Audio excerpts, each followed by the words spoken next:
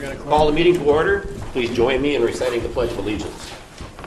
I pledge allegiance to the flag of the United States of America and to the republic for which it stands, one nation, under God, indivisible, with liberty and justice for all.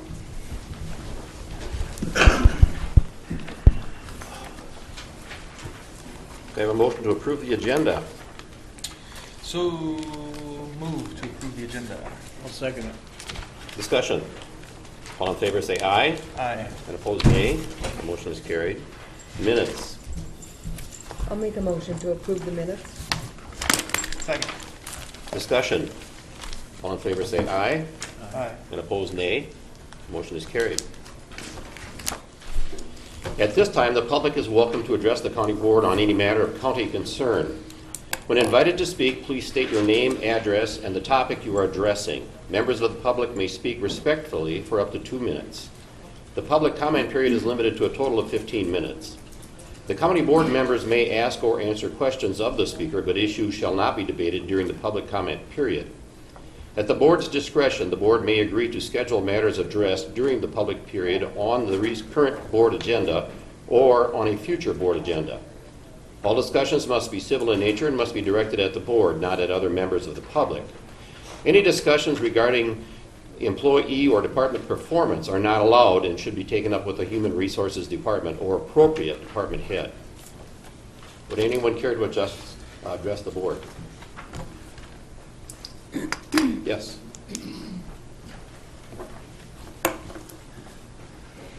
Well, this is sort of Introduce I'm yourself, sorry. please. Fred Arnold, 15283 State 44. Thank you. This is sort of the worm's eye view of the County Highway Department building project. 3 months ago or so, there were two wildly divergent plans for County Highway Department building.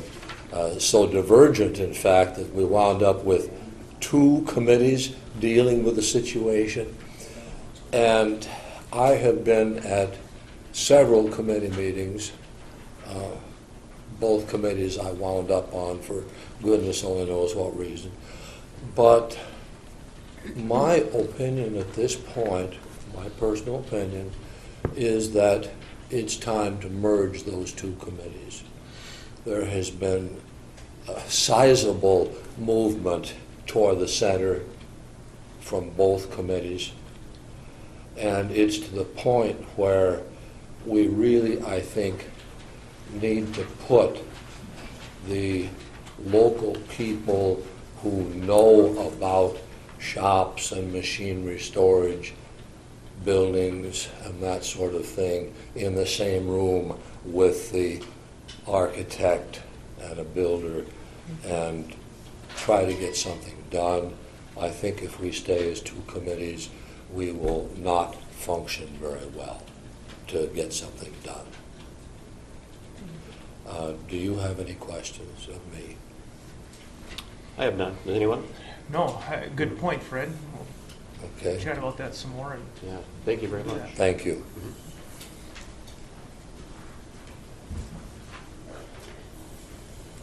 Does anyone else wish to address the board?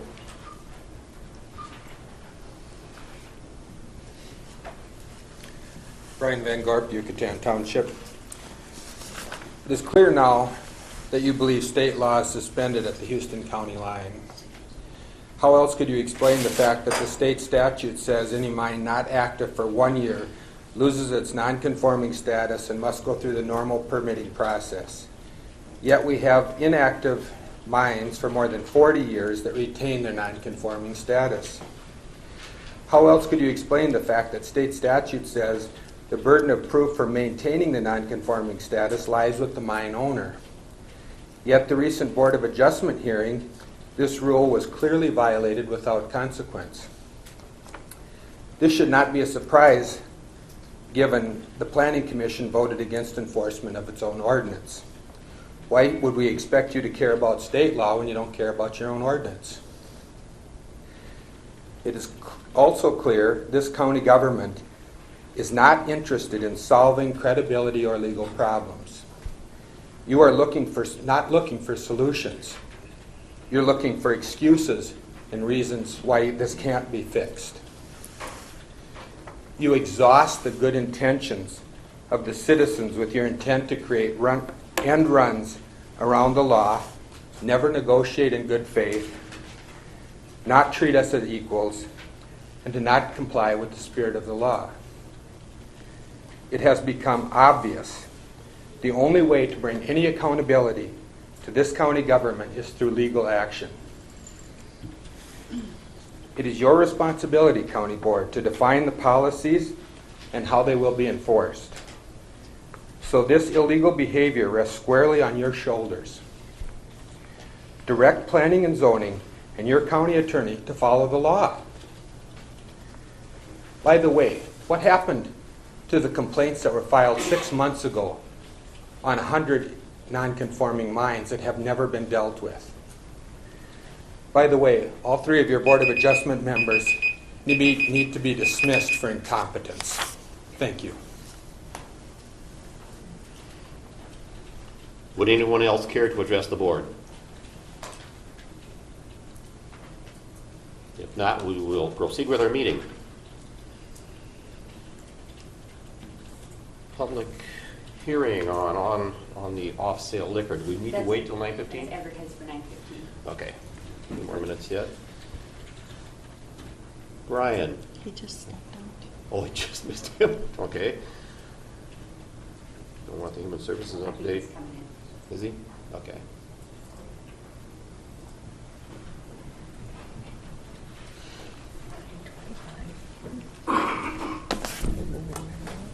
You have about 7 minutes. Hopefully I don't need to. Okay, I'm here today to request approval of the final payment for project SAP 028-603-025 and 028-605-019. These are 2 paving projects or contracts with Matthew Construction. The one is to repave the bridge approaches on County 3 and the bridge adjacent to Brownsville. And the other one is paving the final lift on County 5 right here in Caledonia. The original contract amount was $141,072.68. And then there was a contract change. Ultimately, the base bid items got brought up, and the total work certified was $147,236.32. And a lot of that is due to incentives due to the pavement quality. I'll make a motion to approve the Matthew Construction paving project. I'll second Final it. payment rate. Yep. Motion made and seconded. Is there any discussion? All of those in favor say aye. And opposed, nay. The motion is carried. Okay, thank you.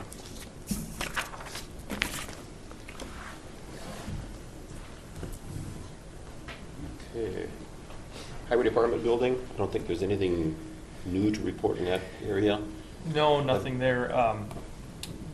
Although Fred did bring up a point as far A as. good point. You know, we can have some more discussion about that and when we get our next meeting or Yeah. something, try and maybe merge a little bit, and we're kind of on the same ballpark. Next time we sit down with HSR, I think we can. Yep. When you talked about 2 committees, can you enlighten me on the 2 committees? So we've got the regular committee that was Brian, Steve, and I, and then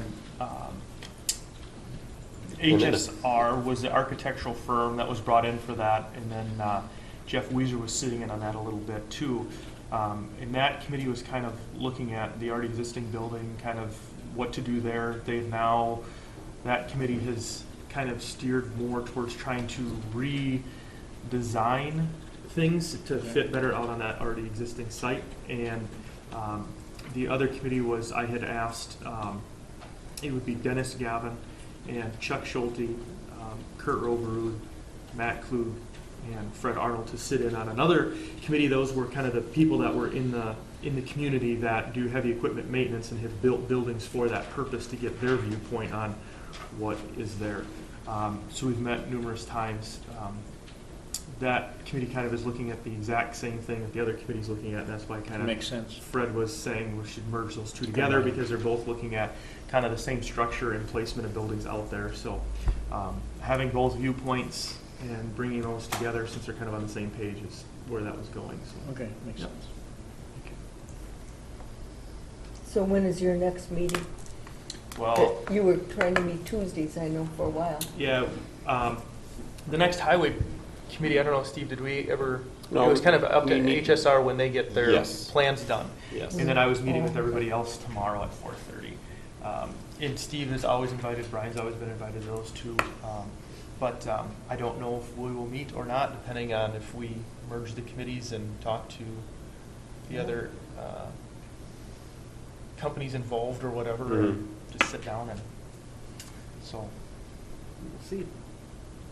So that's kind of where it's at, so things are moving along well.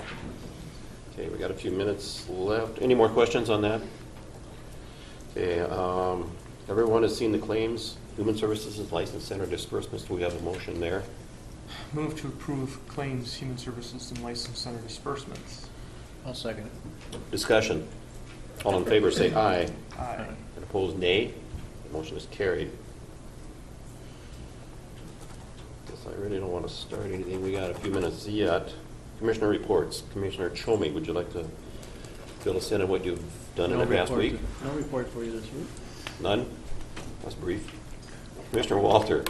I did have a meeting with Public Health Director Mary Marshall, working on our agenda for our joint meeting with Fillmore County, Mhm. because we have some definitely things that we need to address there, Yeah. so I worked with her on that.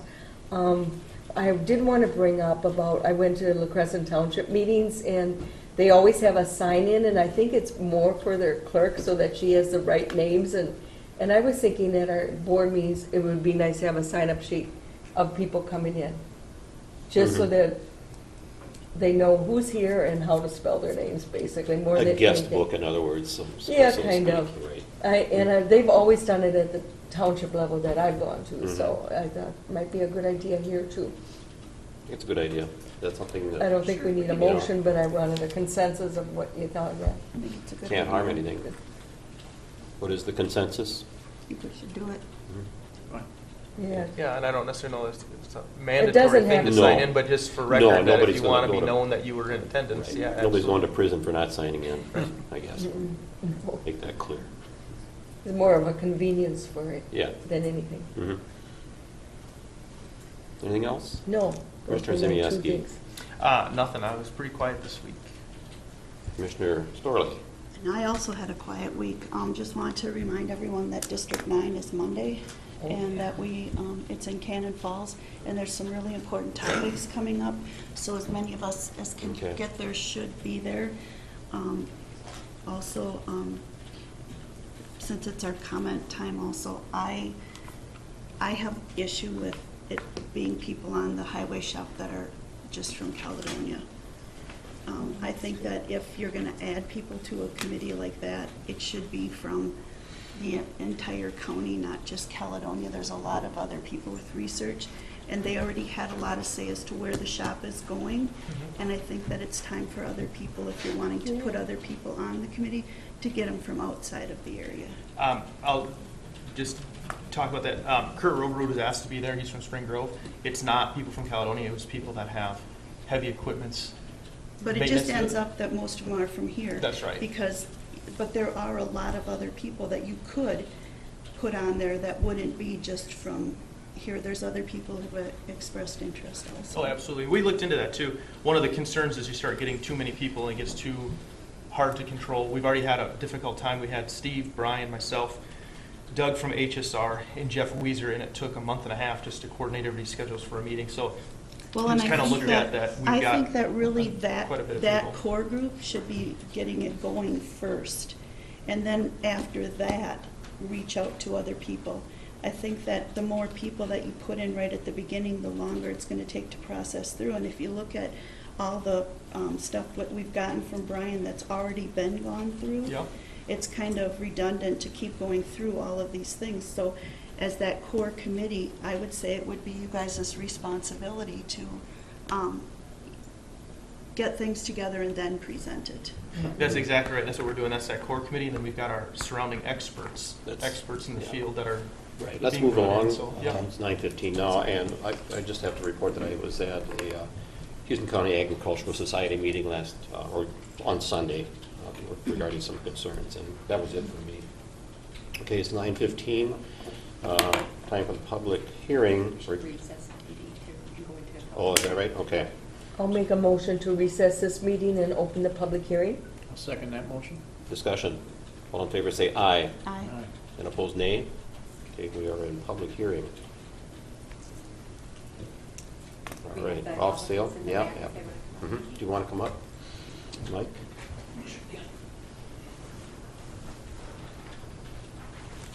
Hi, Good morning. Introduce yourselves, please. Mike Schnell, Diane Schnell from Spring Grove. Very good, thank you. We would like to have off sale. We plan on opening Little Miami in Freeburg. We'd like to have off sale and on sale, of course, and a Sunday license as well. And we come here to ask for your, Less, yeah, as far as that goes. And you plan on opening November 1st, is that correct? no, our actual, it's probably more mid-November. Okay. We're not exactly sure on the exact date. A lot of that depends on when we do actually get our license. We were supposed to close yesterday on the property. There's a little snafu on that, but it should be this week, so we can get in there, get cleaned up, get things straightened out, ready to go. Hopefully be open by mid-November. Mhm. So, That sounds very good. hopefully try to employ a few extra people here from this area as well. I know our last adventure at Docks in Spring Grove went well. They have also hired people, so I think we're, between the two of us, we've, keeping jobs and maybe creating a few extras. So that's our. I know Little Miami has been missed, since it closed, so it'd be nice We've to heard see it that. open again. We've heard. We have too, we missed it too, because we used to go down there too. so. Yeah. And I think it's wonderful from the EDA point in the county that you guys are bringing more business back into the county, so I want to thank you for that. And because of that, I would make them. Well, we have to go out of public hearing first, Okay. but you should see if anybody. Mhm. Does anyone from audience or the public wish to address the issue, the permit request? Hearing none. Motion to close the public hearing. I'll second it. Discussion. All in favor to close the public hearing? Aye. Aye. Aye. And opposed, nay? And I'd Motion's like to carried. make a motion that we approve their liquor license for on sale, off sale, and Sunday business. Okay, is there a second? I'll second it. Further discussion? I have a question. Certainly. So they haven't closed yet, they're not really owners of the property, can we give them a liquor license? I don't see why not. Just a question. It's all Mhm. part of the process. Okay, just wanted to make sure we covered our base. They could do it at their home. No problem. Further discussion? Questions? All in favor say aye. Aye. And opposed, nay. Motion is carried. You're in business. I'll Thank you, send guys. this date today, and I'll let you know when we have it back. All right, sounds good. Thank you. Thank you.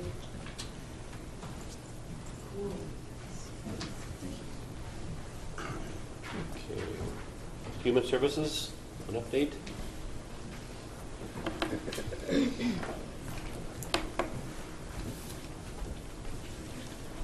Morning. Good morning.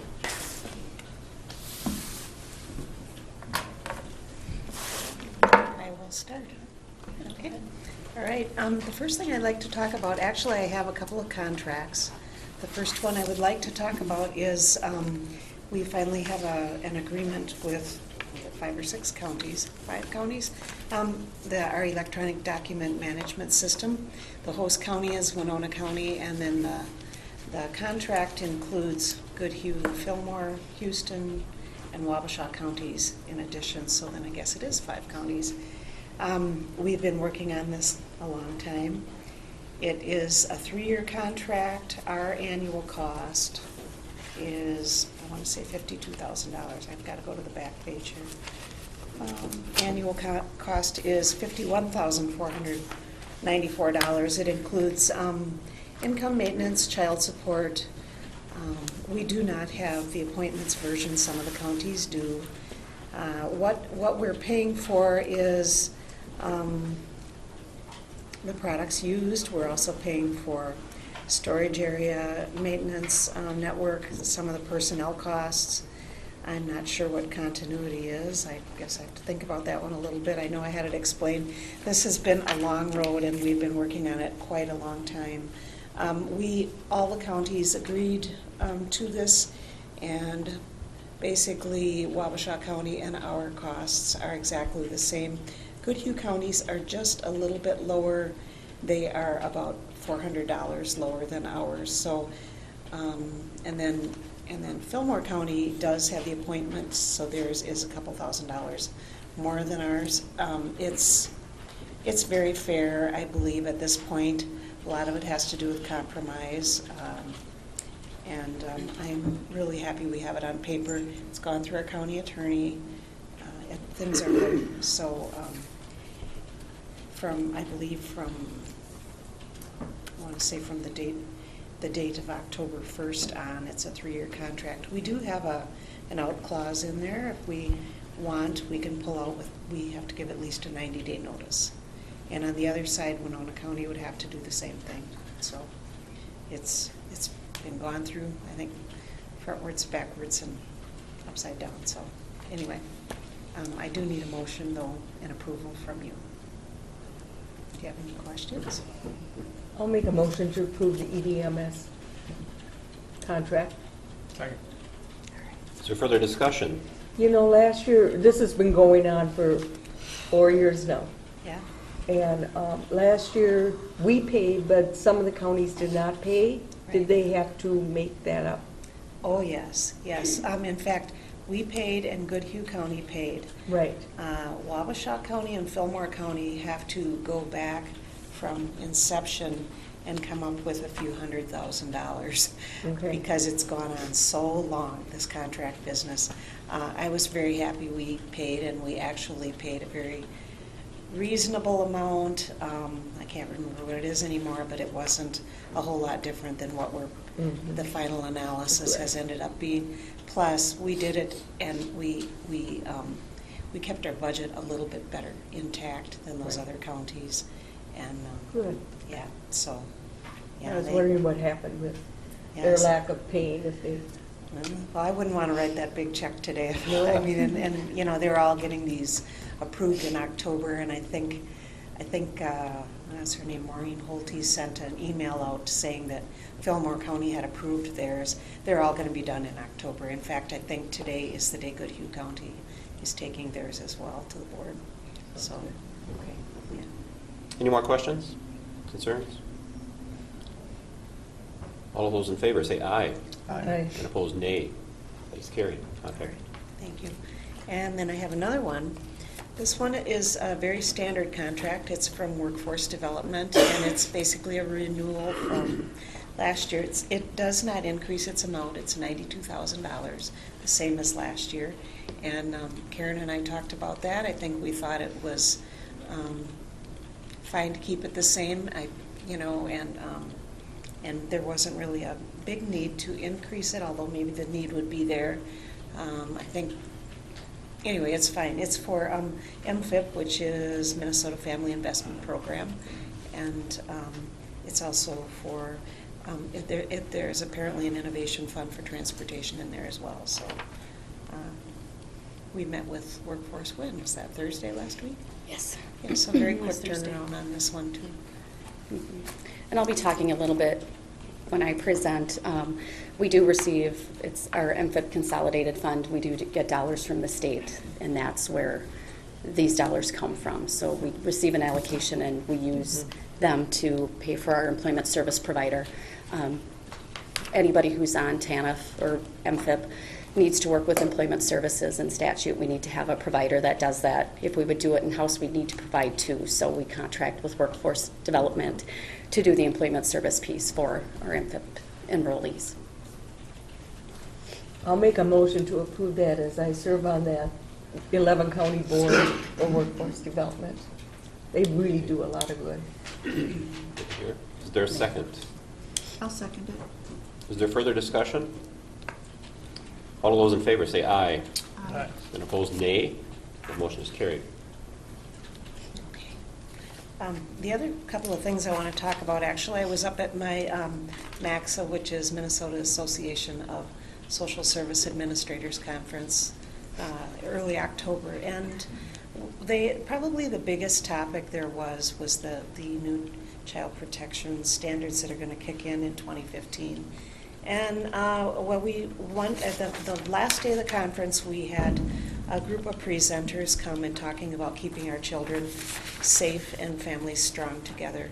A couple of the highlights from that talk, for one thing, they had a fellow named Jim Koppel. He's the Assistant Commissioner for the Department of Human Services, was there. It was a good thing he was there.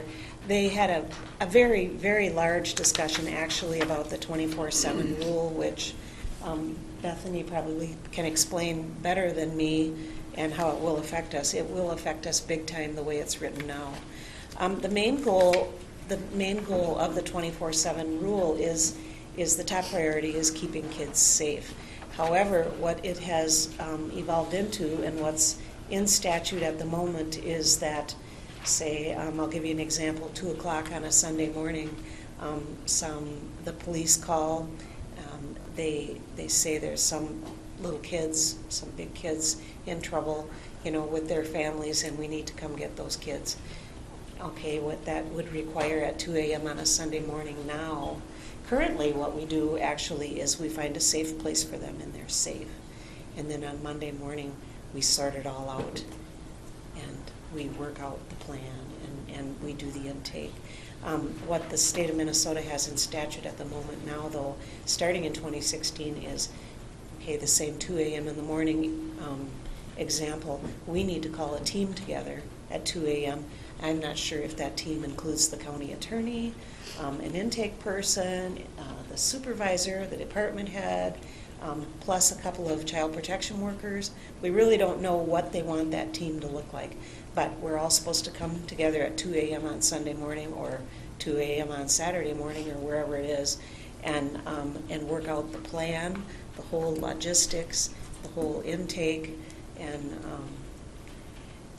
anyway, one of the real problems is the expectation is huge. Either way, we're keeping the child safe. If we make sure the police place them, and right now we have emergency foster homes set up that are on call that want to do this, and they're very willing to take that child at 2 a.m. and keep them safe. But anyway, we're wondering if it's a little overkill. The whole MAX Association wonders if it's a little bit far-fetched to have to get together and make these decisions at 2 a.m. in the morning when it's the middle of the night and everybody's tired and you wonder how clearly you're going to think. A lady from Kitson County, the director, her name's Kathy Johnson, brought up and said to the commissioner, if you want our kids safe, that's the real goal, right? And yeah, he thought that. If you want them safe, they are safe. We take care of our kids, and the kids are safe. If you want the whole current expectation, call together a group and sort through the whole plan at 2 a.m. Is that necessary, or is that a little overboard? So anyway, the commissioner's response back was, well, this would have to change statute. You'd have to. And Kathy goes, yes, we know that. So there is a huge lobby right now trying to change that statute. If the statute doesn't get changed, then I believe what we would have to do is bring back on-call. We had on-call about 2007, 2008, right around in there. And I remember it being cut because of budget constraints and for the amount it was used, it was not a very cost-effective solution. There were other solutions that worked at the time. but this is bigger than a plain old on-call as we used to have it. I remember at the time when we cut it, it cut about $10,000 out of the budget. But $10,000 at that point, I remember we were really slashing, really cutting a lot of things, and $10,000 was important to cut. And we haven't had it for a long time now. So we'll have to keep you posted on what happens with that. And a little scary. One other thing the state does want to do for us is every county in the state, they want to have a system called video. And what video is I'm not sure how it works through computers, probably more than likely. Anyway, I can connect with another county and we can do peer-to-peer consultation to support safety and organized practice, and it's all part of the up to child protection standards. So we'll see what happens with that too. I know they're saying right now there is no cost to our agency. I'm not sure if they make it mandated we have it or not. I can't imagine not having it if the other 84 counties are 80. How many counties do we have? 87? 87. I didn't grow up in them. Anyway, 87 counties. I can't imagine it if the other 86 have it, why we would say no. I think there's a tail possibly at the end of the 3 years that we could end up having to buy it. We'll see what happens with that too. Anyway, that's what I have, so. You want to go ahead, Yeah, Amy? I'll go ahead. Yeah. Linda, I know, sent to you yesterday the out-of-home placement history averages for the last almost 15 years. We're 2 months short of that since we're in October here. And as you can see, the highest one number we had was in April 2001 with 49 kids in placement. And now our lowest was 9 in April and May of 2014. And we've stayed in the teen area now the last couple of years, which is a really good downward trend for us. I think it means that our child protection workers are doing good work with families in Houston County and helping them and supporting them, and how can we make this work for you and your children in the home, because it's not good for the kids to be removed if we don't have to take that step. As Linda was saying, the governor's task force has made changes for 2016. There will be new child protection guidelines coming out in 2016. We have gotten to see those this month, and they have started a series of webinars, and there'll be some in-person training next month to get all child protection workers trained on the new guidelines by January. So we're working hard to get all of our current 3 and now the new staff tomorrow trained and ready to go by January. One new thing that DHS also started that I feel is going to be very helpful, and we did use last week for the first time, is a rapid consult line. And if we have a child protection concern that we're just really not sure what way we should go with it, we can call the rapid consult line, leave them a message with our information, and they call us back and say, we're going to talk to you at 2 o'clock today. Have your team ready to talk to us. They call us at 2. We get a good consult with DHS and get some direction in what way we should go. Like I said, we used it last week. It was very helpful. And we will continue to use that as much as we need to make sure that we're making the correct decisions for the children here in Houston County. The other thing goes to the 24/7 coverage that Linda was speaking of. At the webinar last week, they did share that a survey will be coming to all the counties so that the county can say what your current coverage is and what you would need to do to have the coverage that the statute says you should have. That survey hasn't arrived. When it does arrive, we'll get that filled out and sent back to them. And then they said they have to make decisions in these last 2 months on what they're going to do with that statute and how counties are going to have that coverage available. So that is still up in the air at this point, but we are watching for it each day, and when it arrives, we'll get that done. The other few things that I mentioned at committee this morning is just that we are in the middle of a children's mental health audit with UCare, and we will have a Rule 25, which is our chemical dependency audit in November. So we have some other stuff to do as well. That's all I have for you today. I would like to add one thing about the statistics here. One thing that has allowed us to keep our human services budget as low as it has been is if you look on these child protection out-of-home placement history averages, if you look until about, I think, if you start in 2001, of course the average in that month was 40. That's quite high. If you look in about 2002 to 2010 or 2011, it's in the 30s, and then it drops down into the 20s. From 2012, 13, 14, and 15 on, it's all in the teens.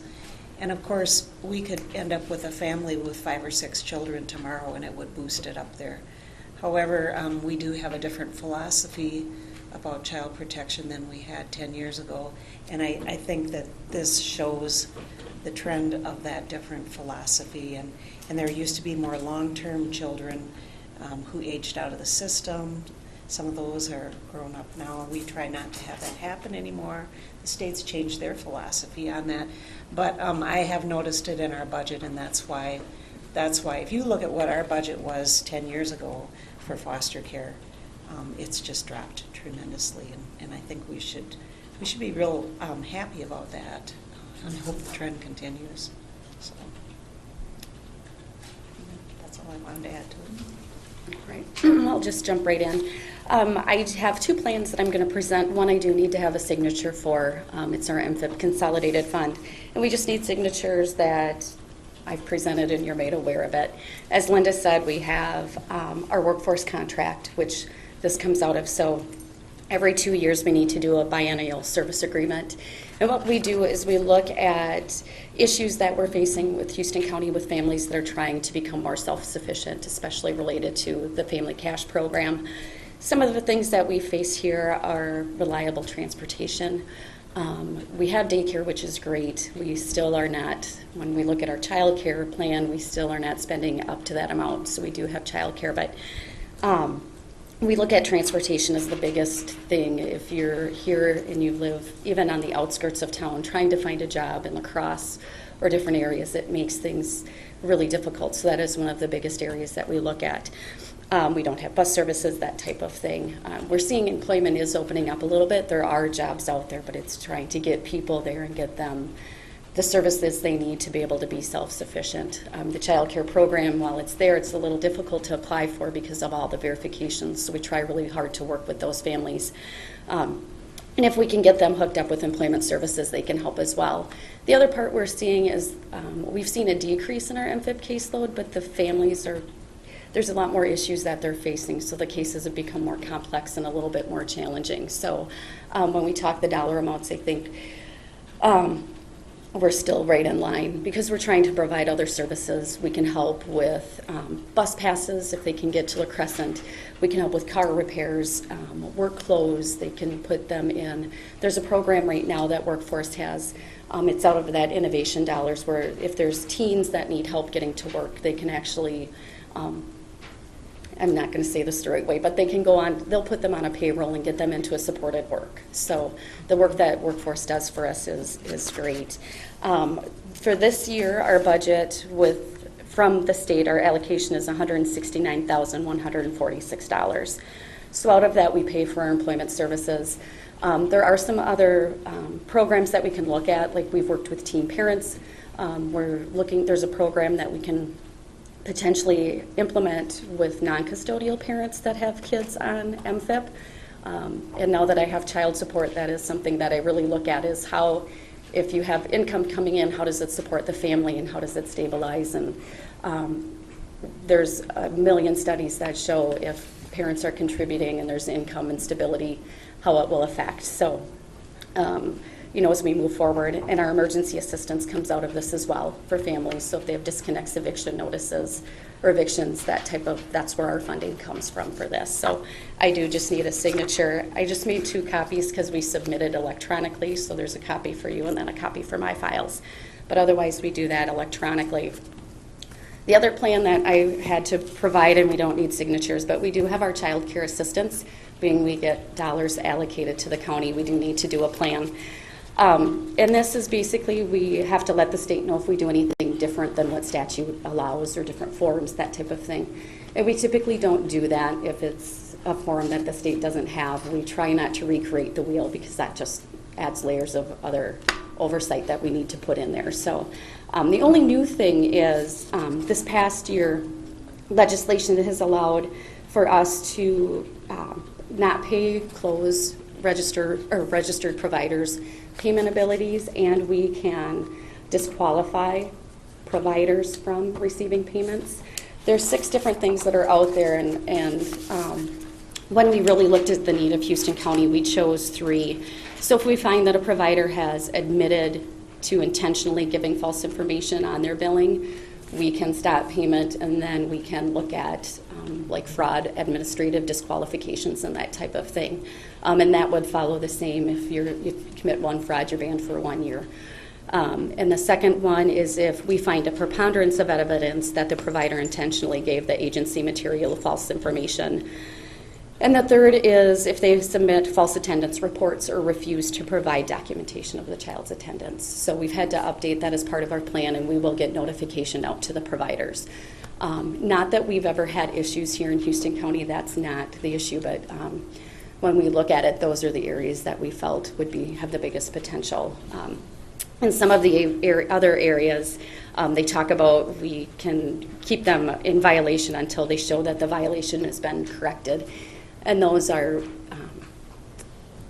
it's really hard to, how do you determine, well, you're in compliance and you're not? So that kind of provided some more gray areas. So at the end, we haven't had issues with that, so we've chosen not to do that. So just to let you know, we've got that plan that's been submitted. We haven't had approval back on it, but just to let you know what we've been working on there. The other is, and I did make copies for the press. As we know, scams are huge these days, and there's the IRS scam that's been out there. Our SNAP toll-free hotline, which is a number that people can call to get help, assistance, find out about the program, has been basically hijacked. The state has worked with the FCC, and once these start, it's very hard to stop them. And the biggest thing is public awareness. So if people are getting calls from the SNAP number where they're SNAP doesn't solicit people. We don't call to say, can we help you apply? It's a number that people reach out to. So we just wanted to kind of let everybody know, and I've sent this out to our community partners so they can help relay this information as well. But the biggest thing we can do is let people know so they're not giving their information out. And this handout that I have does tell people how to file a complaint and then what to do if they have fallen prey to the identity theft portion of that. So it's just one other thing. And we do have it. We let everybody know when they come into the office that this is out there so we can try and help stop the problem. 2 other things. With child support, we are currently preparing for e-filing through the courts. We will be able to start doing this November 9th. It is mandatory in July of 2016 to start doing all of sending our documents via email or faxing, that type of thing. And we are planning a field trip to Ramsey County. They've been e-filing for quite a while, and they've had we were just at conference and they presented, so we're going to go and try and get some helpful hints, find out best practice type of things. So it's just one more new thing. I don't think it's not really going to change what we do, just how we do it. So we're looking at that. And then the other one thing, just an FYI, Governor Dayton has proclaimed Wednesday, October 28th as County Financial Worker and Case Aid Day. Usually we get these after the fact, so the fact that we had it now, I just wanted to share with you guys that is coming up. So work is changing. With my staff, it's what they do every day is just amazing. So. Does anybody take you out for lunch then? Or? Well, I try to do something nice for my staff, so. That's good. Yeah, but that's all I have.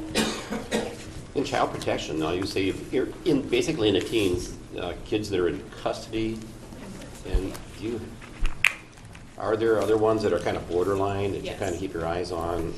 Yes, we You never still know. have cases open on families that have their kids at home, but we're Yeah. providing services to help keep that family together. And if one thing changes, that might be the day that those kids need to be removed, and we have to provide other services. Mm-hmm. And there is no standby anymore, I think, or on-call. Right. Any after-hour calls right now come to me. Okay. And then do you respond right away, or do the police just handle the situation, put the kids into Yes, foster? because the law enforcement has to put on the 72-hour hold. Okay. That is their piece. Mhm. They call to consult, and if we need to, we've called the child protection workers as well.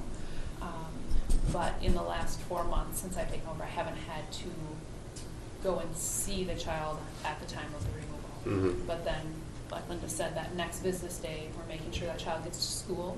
Right. Or make sure school knows that over the weekend or last night something happened, and so 8 AM, then next business day, we're on the Mhm. road running. Okay. Curious. Anybody else have any questions, concerns? Thank you. Thank you. Thank you.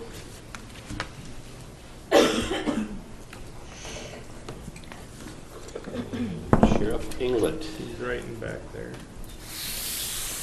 Hey, Rick, can you grab sheriff's in the back room there and just tell him we're ready for him? I'll maybe take this and we'll, you need it right now? Okay. Yes, we're really good. Okay. Yeah. Good morning. Good morning, Commissioners.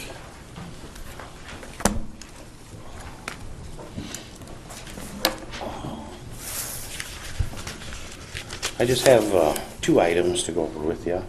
One is to move forward with the voice logger replacement project, and then the increase in pay for the jury attendants. We'll revisit that again from a couple, 3 weeks ago. So that's a small one, so we'll start with that one first. But I did some research that you'd asked for the other surrounding counties, Fillmore, Winona, and Wabasha. All three of those counties are using more of a bailiff position.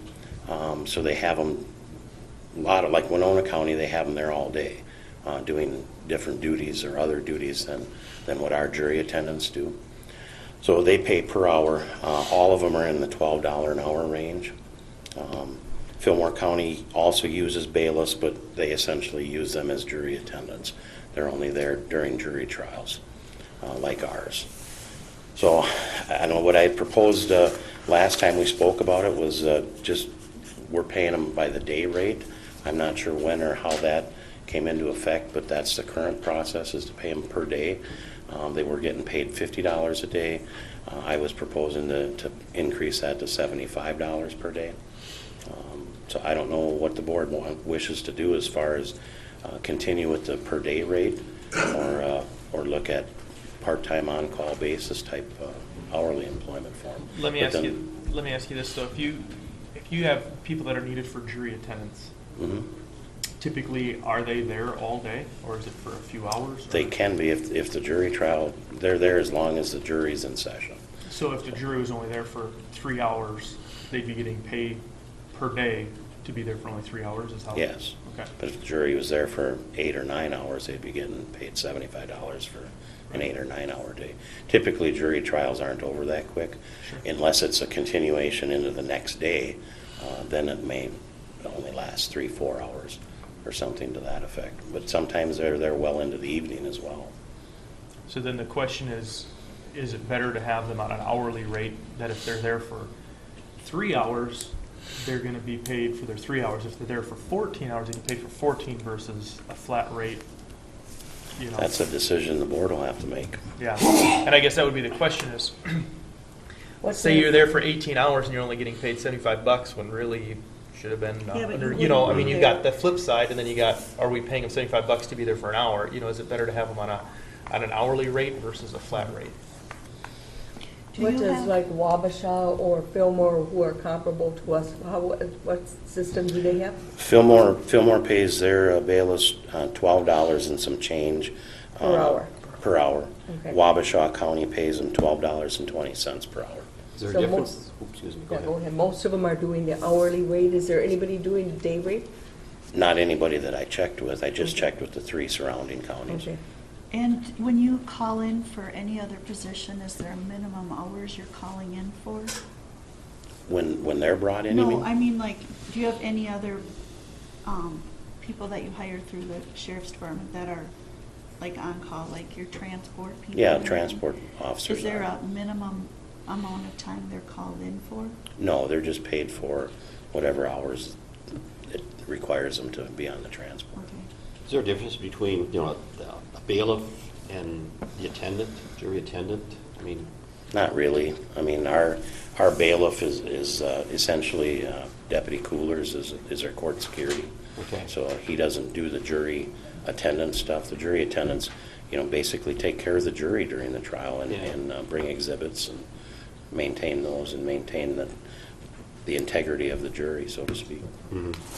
So here's my question. So, let's say Fillmore County, I understand there's more of a bailiff position and such. At $12 an hour times 8 hours, let's say a full day, right? $96 for the day. So if we were doing $75 a day, it'd be equivalent to about $9.37 an hour for an 8-hour day. Does that seem fair or appropriate for that position? I don't know what they all do, but. I think it's a little light, I guess, but I mean, somewhere in the $10 to $12 an hour range, I would think would be a fair hourly rate.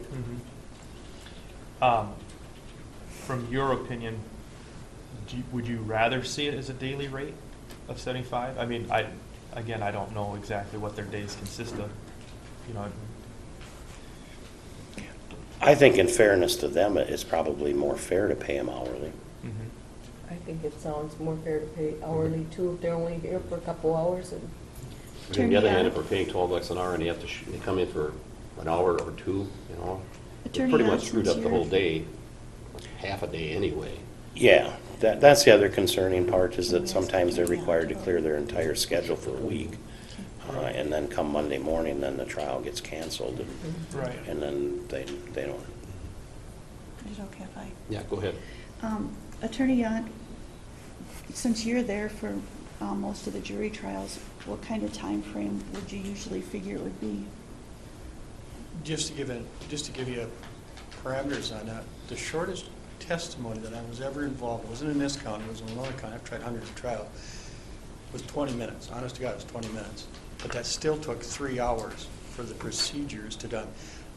The shortest, one-day trial will take at a minimum, by the time you instruct a jury, opening statements, any motions, liminees have to be done.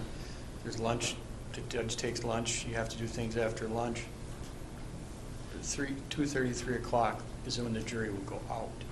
And if they come back really quick, the last one I tried as a defense attorney, the guy was convicted in 12 minutes. Now, but that still wasn't done until 3:30. And there was just 1 or 2 witnesses. So you're almost thinking 8-hour day. The other thing I think would just throw into your calculations here is that if we don't have competent jury attendants who shepherd the jury and keep them confidential away from the witnesses, I mean, can it be just as important simple things, whereas where we keep our coats? Because if we keep them where everyone else keeps their coats, well, then people will mingle. And so good jury attendance, and the reason that's important is because having good jury attendance is because then we have a mistrial. And we'll spend all that money, we'll have all the officers overtime to do it again.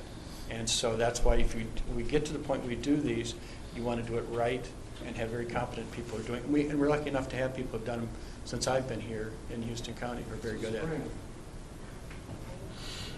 Well, that's yet another, that's a very good point, because right now we have very competent jury attendants. But once they decide to maybe not do this anymore, it's hard to bring people in to do that job for $50 or $75 a day and be as dedicated as we need them to be.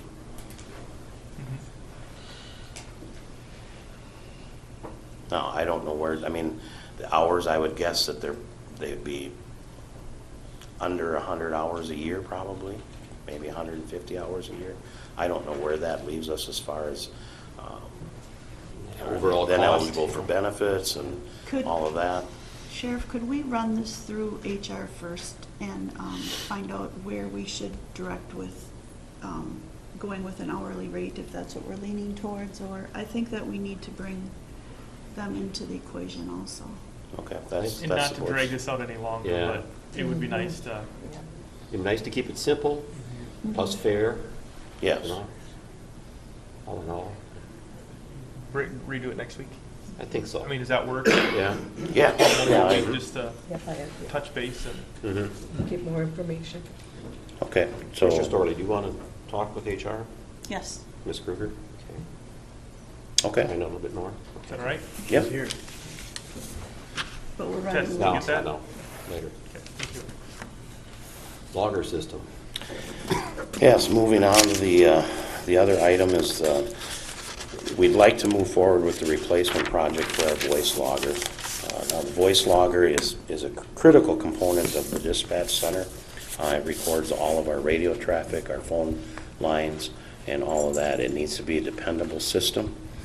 Currently, the system we have is kind of a Cadillac system. We don't need this big of a system. We never did. And because we have this large of a system, the maintenance costs are getting too costly to continue with this program that we have.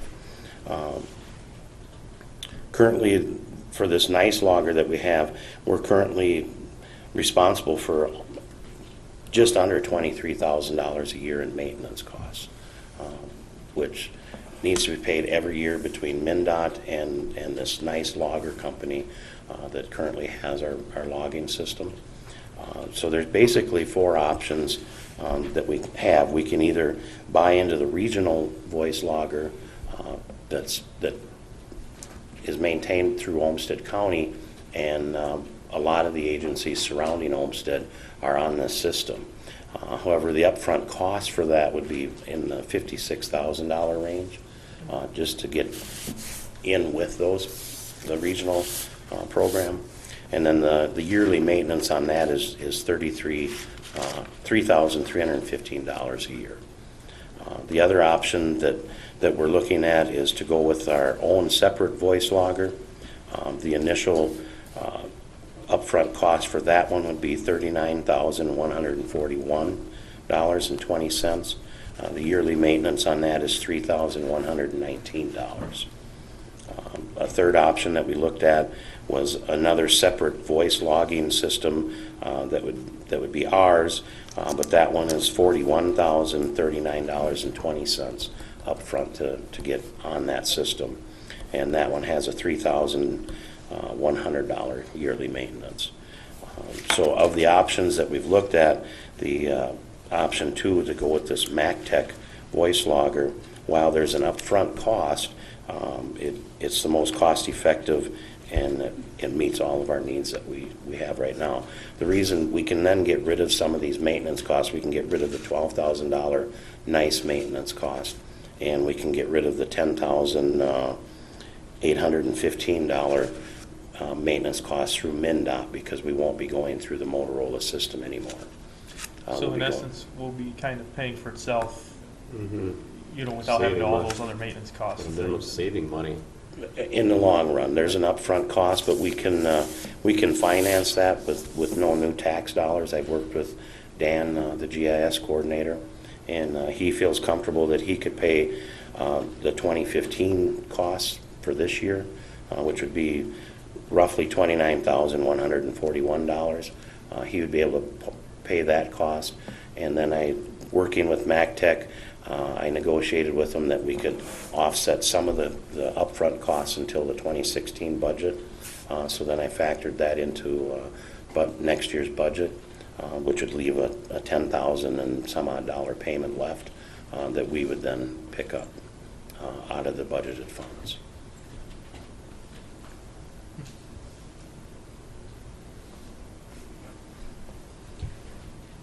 Any more questions? Are there other sheriff's departments that are using MacTech and? There are.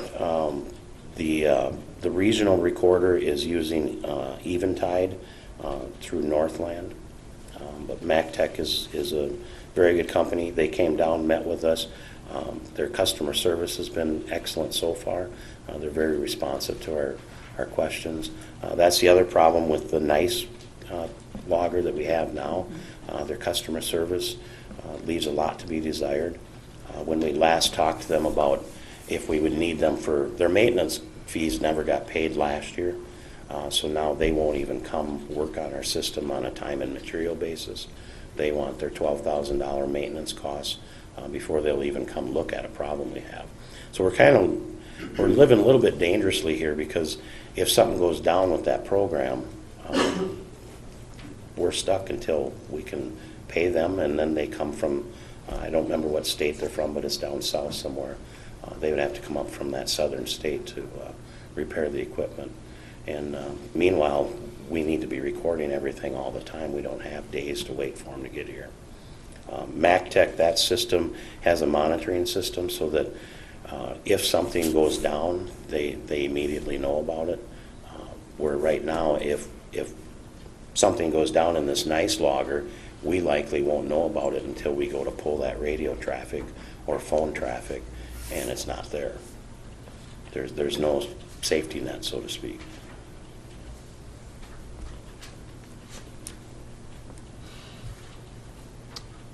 Any more questions? Concerns? Is there a motion? It's for MacTech, right? Is what it is? MacTech, yes. MacTech, yeah. Motion to approve voice loggers for MacTech. Motion made. Is there a second? I I'll would second second it. the, oh, excuse me. Go ahead, Commissioner Walter. Further discussion? All those in favor say aye. Aye. And opposed, nay. The motion is carried. Okay, thank you, Commissioners. Thank you, Sheriff. Yes?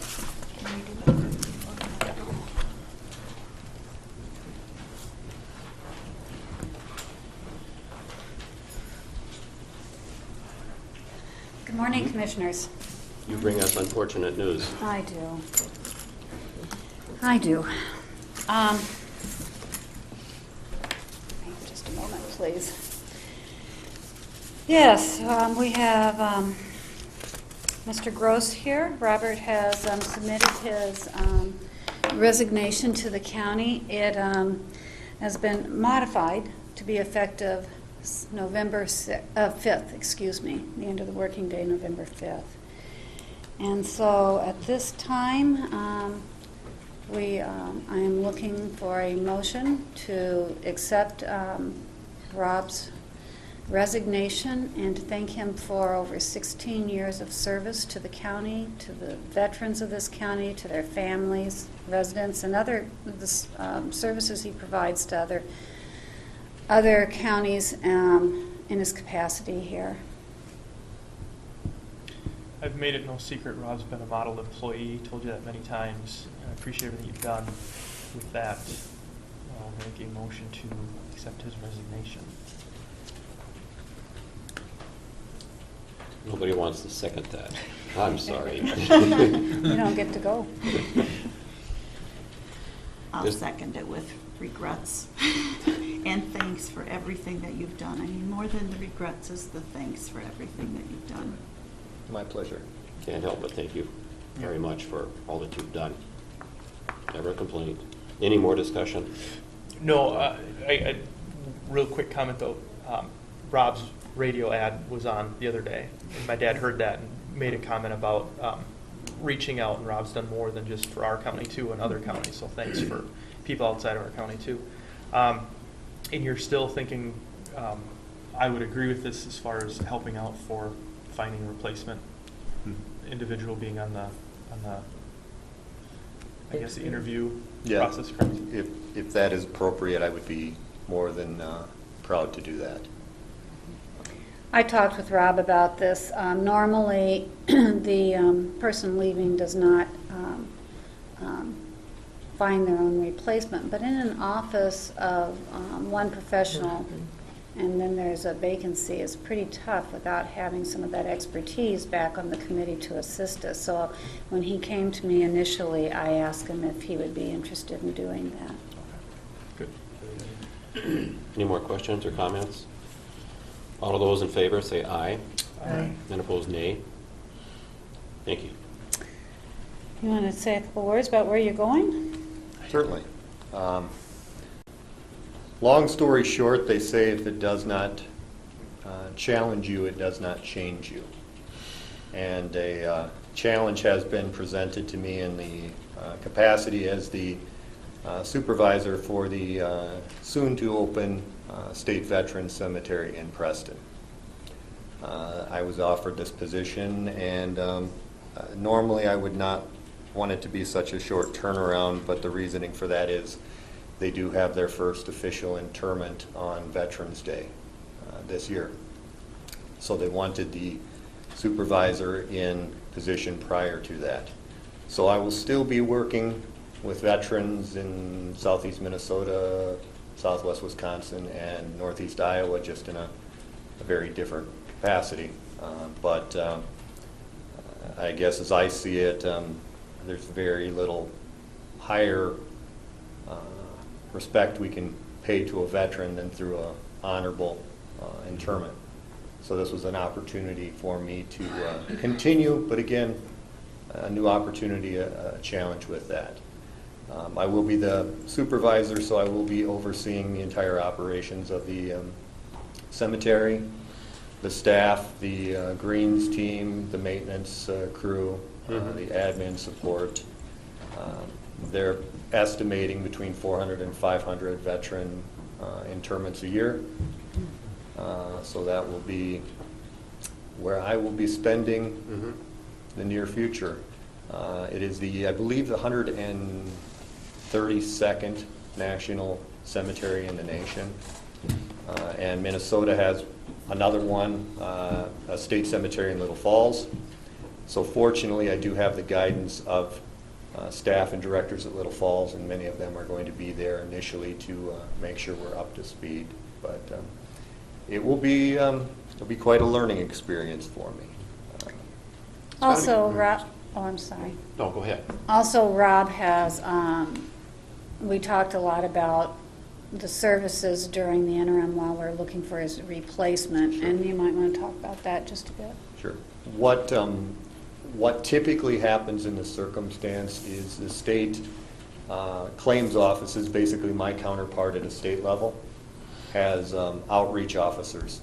And the outreach officers go out into the communities to assist in underserved areas, things like tribal service officers as an example, things like that. So typically what will happen is an individual will set up a schedule and they will be in the office in the interim, maybe 2 days a week to cover that. And then I've also been talking with Teresa, my assistant, about potential coverage from neighboring counties as well. And we're one community. Whenever there's been a vacancy in the past, when Fillmore County had a vacancy, we provided that assistance. When Winona did over the years, we provided that. It's very much that type of community. If a person does need immediate assistance on a day and we don't have somebody available, we'll be able to refer them to a location where they'll still be able to get taken care of on it. So it'll be a few bumps in the road as we go forward, but we'll make it as smooth as possible with that. And again, assuming that I sit on the interview committee, not to be too blunt with it, but I want to make sure the person that's in the office is taking care of my population, including my family. I could walk out, have a heart attack tomorrow. My wife lives in the community. She comes into that office, I want to make sure she's taken care of. So I appreciate the opportunity to sit on that. I think we'll be able to put forward a very viable candidate for your selection at that point. Very good. So again, thank you. It was 16 years last Monday, actually. So And thank you. just had to squeeze the van in before I left. Good move. And, did I have they nothing vote? further. No. Thanks, Rob. Thanks, Rob. Thank Did you. you Thank you. vote on that already? Yes. I'm Yes, sorry. yes, we did. Okay, I apologize.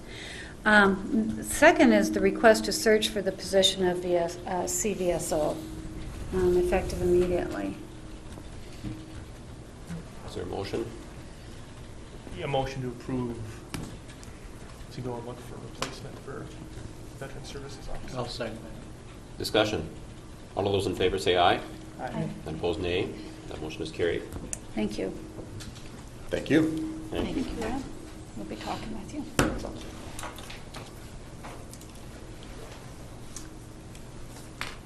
Mr. Walters?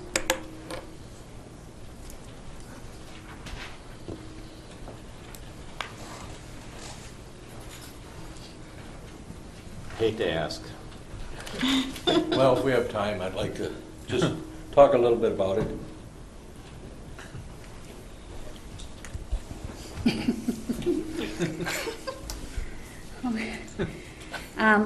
In the original packet that, for with the agenda, you had Mr. Walters' letter talking about a reduction of the assistant from 1.0 FTE to 0.8 FTE. Basically, we're talking 4/5 doing, having a person on site 4 days a week as the assistant. So I've talked with them both. We reviewed the duties that needed to be performed, and at this time, although things could change in the future, at this time this seems like a real viable plan for staffing. And so we're looking at, we request the board considers changing the FTE of assistant county surveyor, which is currently occupied by Tammy Moss, from 1.0 FTE to 0.8 FTE effective immediately. Yeah, we looked at the remonumentation that we've been doing, and I think we put together kind of the percentages, and right now, we're at 71% where we've got an accurate county coordinate and a monument and a certificate recorded, and 20% is in different stages. Plus, we do have that bounty in place with the private surveyors, which has helped. So that's the main reason I thought it would be a good idea. Mm-hmm. And the employee is 100% behind Yes. this as well. Yes. So that's Right. important to know. That's very important, yes. And so this is not only with Tammy's consent, it's with her overwhelming support. On that condition, I'll make the motion that would go along with his request for turning the assistant Houston County Surveyor position to a 4/5 position. I'll second that. Is there further discussion? All of those in favor say aye. Aye. And opposed, nay. I'll recuse myself. Okay. One recused. And Dana, I did talk to Both parties. Joe McManaman. He wants to get a certificate of that stone we found. And I told him, I said it might be after Christmas when I get the certificate done, so All right. I will get Thanks for him a taking care of copy. So do we have time to talk about my unique finding? Okay. This is about 4 feet long. It was a foot from a fence corner. I don't know if you know where Pulowski Drive is, and Blackhammer? it's in Yucatan. Yucatan, It's off of 11. But anyway, we were excavating for a corner, and this we found, it was about 8 inches sticking out of the ground. The rest of this was drilled into it. We had to bend it because the backhoe had to pull it out.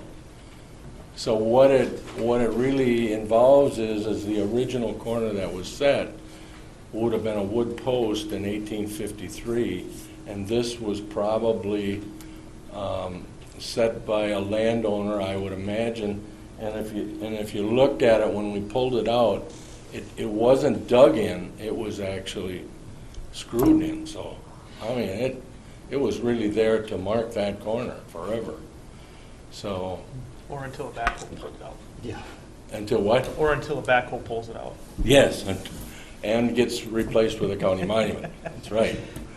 But it was, like I say, it was only a foot, because I had thought, maybe there was a telephone line that came through there, and there was a pole, and this was the guide to it, or but it wasn't. So. It's a unique monument. So what did you think that when that would have been put in around? I talked to the landowner, a Wisty, and he didn't know anything about it. So a spring like that, I don't know. I would have guessed maybe in the 30s or 40s. Sure. Generally, the stones are in the 1870s, 80s, 90s, but this, to me, would have had to have been a later model, but. I've been told many times that Houston County is full of springs, but I thought it had something to do with water. Okay. Yeah, that's neat, Dick. Thanks for bringing that in. It is. It's, I was, one of the most unique finds I've ever found, Yeah. you know. So you've done some interesting things, because you guys had that other old cornerstone that you were working on not that long ago, right? Yes, yes. We dug a half a mile south of this, and the landowner gave testimony where the old road was. It's all abandoned now, and we found a stone there too. So, it, you know, it's been a really adventuresome journey, because all the records, these type of records, being there was the absence of a county surveyor from about 1937 to about 1985. At one time, the CCC program did an inventory of everything in the courthouse, all the records, and they found in the basement vault a record of 57 volumes, which would be books of survey records. And I turned that thing inside out and upside down, and I never found one book. And a lot of those are going to have that information in them. I talked to, at that time I talked to Doug Moen, who was the auditor then, and he just said, you know, without having an office of the county surveyor, that when people are looking for space, because I found old bags of marijuana down there, and I found a gun that was used to kill somebody and a sled, but no survey books. He just said, I really truly think they didn't know what they were and they pitched them. Do you think that's possible, Chuck? Sure. Yep. So, too bad. But, Stick. okay, Yeah. thank you. Yeah, cool. Thank you. Thank you, Commissioners. At this time, we have a closed session on the agenda. Attorney Yant, would you address that, please? Mr. Chairperson, it appears that the person subject to the inquiry is present, and he had previously indicated to me that he wanted to pursue this matter as is his right in an open session. And it appears to be that is still the case, so the board at this point is free to move forward. Okay. An ethics concern has been brought before this board by Houston County residents against an individual who serves the county. Anyone who serves the county in any capacity has to be accountable and to be held to a high standard of ethical conduct. As the governing body of this county, the board is entrusted with ensuring that everyone serving the residents of the county act in the best interest of the county and its residents. County board members are expected to take citizen complaints and concerns seriously and have an obligation to neutrally review, investigate, and provide due process to the public servant. For the board, has everyone on this board reviewed the information? Yes. Has everyone on this board been provided with sufficient information and documentation, including video footage, and been given adequate time to review it? Yes. Yes. All concurred? Yeah, I would say the video footage I have not seen. So that portion of it, no, I have not reviewed, and I had asked for it, but I have not seen it. It's on the web. Right, but I mean, there was a point in time in which it wasn't officially on there or whatever, and I have not seen it, but we can move forward because I've heard. Were we instructed to look at the video footage? So, It was in the complaint. yep, we're fine. I know of some of it. Okay. Mr. Griffin has been advised of the concerns by County Attorney Yant. At this point, Mr. Griffin will be given an opportunity to respond to the allegations. Mr. Griffin may take a maximum of 15 minutes to address the allegations, after which each board member will be given 5 minutes each to ask questions for the purpose of clarification of fact. Mr. Griffin? Okay, thank you. Morning, Commissioners. Mr. Okay, Griffin, if I... Mr. Griffin, I just want just a quick jump, sorry. But you received a letter from my office indicating, one, the date and time of this hearing, And you also were aware, as far as any statements or anything that you provide here today can be a public record, and there may be some actions taken by this board on that behalf. Is that correct? Yeah, Okay. that's right. Okay, if I could, I'd like to go down through these charges one by one, starting with the first complaint. I imagine you all have copies of it. Okay, on the front page of the first complaint, they say that the Planning Commission has not approved minutes for 3 months. Well, these minutes would have been approved if we had a September meeting. The September 24th hearing was canceled because the applicant withdrew his application. We only schedule public hearings when we have a zoning application or an ordinance amendment to consider. So the minutes for the July 23rd, the August 27th, and the September 29th hearings are on the agenda for the 22nd, which October 22nd, which is later this week. So they'll be dealt with there. The next specific charge is that I called a Planning Commission member after a vote to try to intimidate him into voting with me. First of all, the vote had already been taken. I never tried to influence any Planning Commission member prior to a vote, and I only called one member after a vote. That call was to my county commissioner, who also serves on the Planning Commission. Now, the next part of this complaint deals with our July 23rd and August 27th public hearings. At the July 23rd meeting, Mr. Shield made a motion to urge the county board to direct the zoning administrator to begin vigorously enforcing our current mining ordinance. First of all, the Planning Commission does not have enforcement authority, nor is it our role to oversee county board actions. The Planning Commission's 4-3 vote against this motion was not a violation of the county's ethics policy.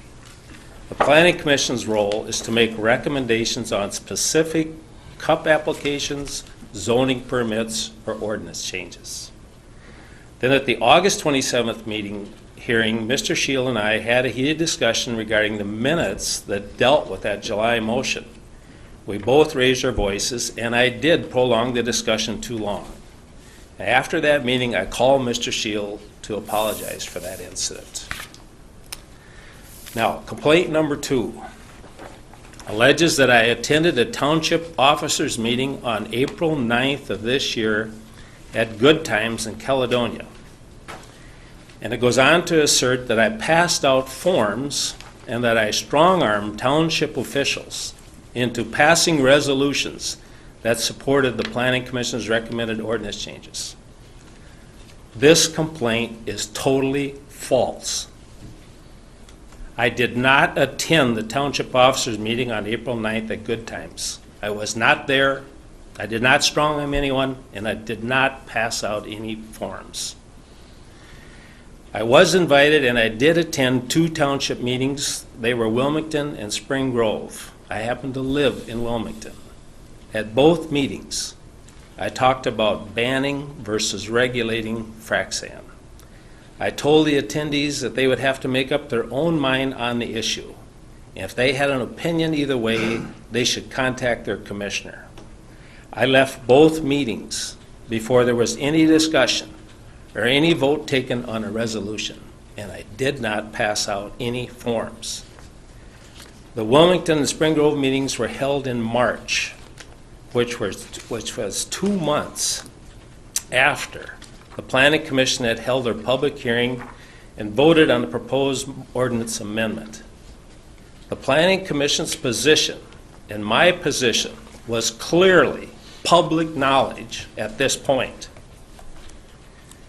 As a resident of Houston County, I do have a right to attend my local township meetings, and I have First Amendment rights to express my opinion after a vote has been taken. Even if I had passed out forms at these meetings, that would have been within my rights. In summary, I have served on the Houston County Planning and Zoning Commission for the past 5 years. Mining ordinance amendments are only a portion of what we deal with. Yet, because I and the majority of the Planning Commission disagree with a group of individuals in this county regarding frac sand regulations, I have been subjected to a barrage of personal attacks at public hearings and in letters to newspapers. I have been accused of being corrupt, dishonest, wanting my own frac sand mine. I've had profanities yelled at me in the halls of the courthouse, and on and on. In the past 5 years, the closest I have come to overreacting to any of this is when I raised my voice at the July and August hearings. I do not believe that this exchange between Mr. Shield and I warrants an ethics charge. Thank you.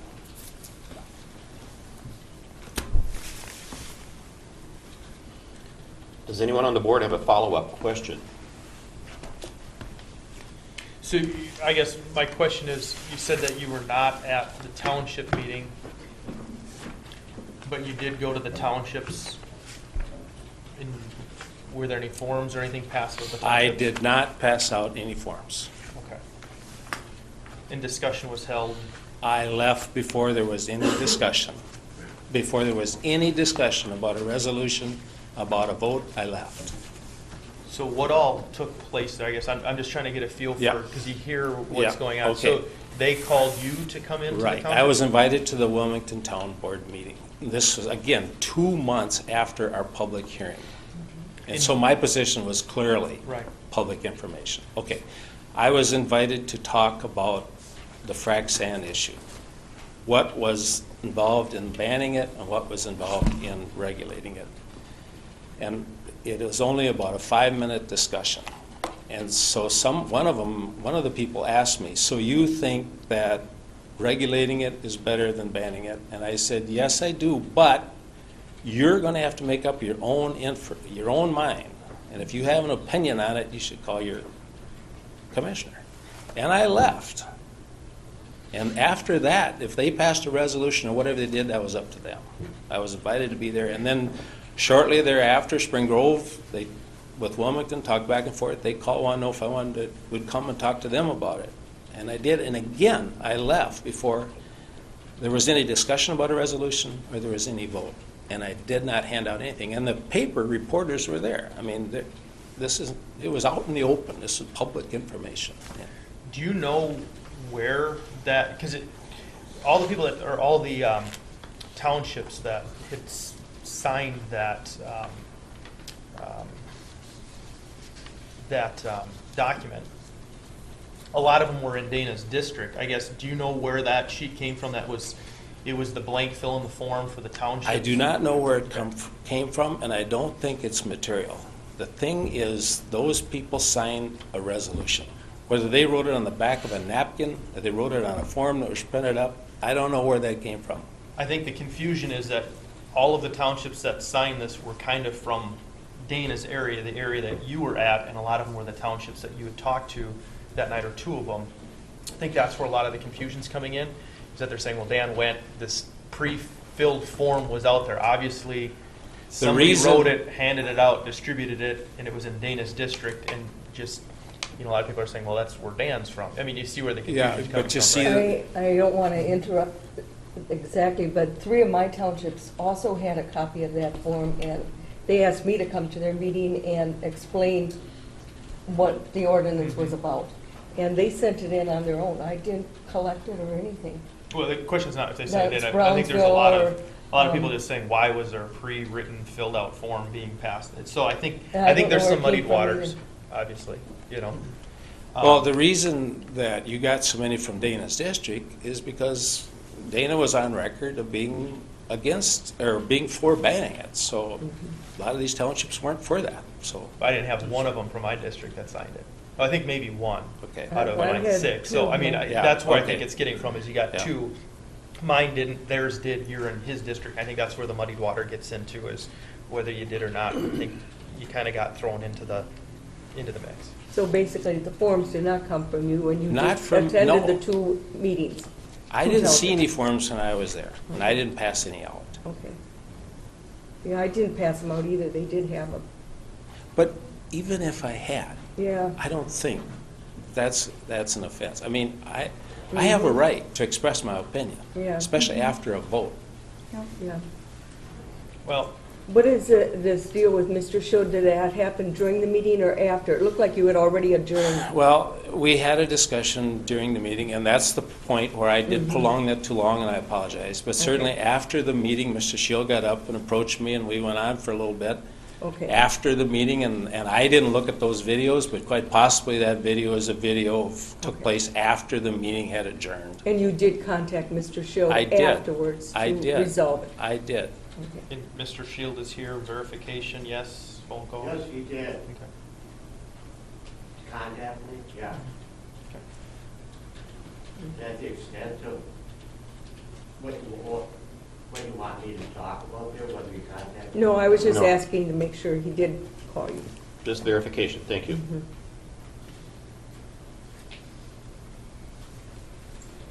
Are there any more questions?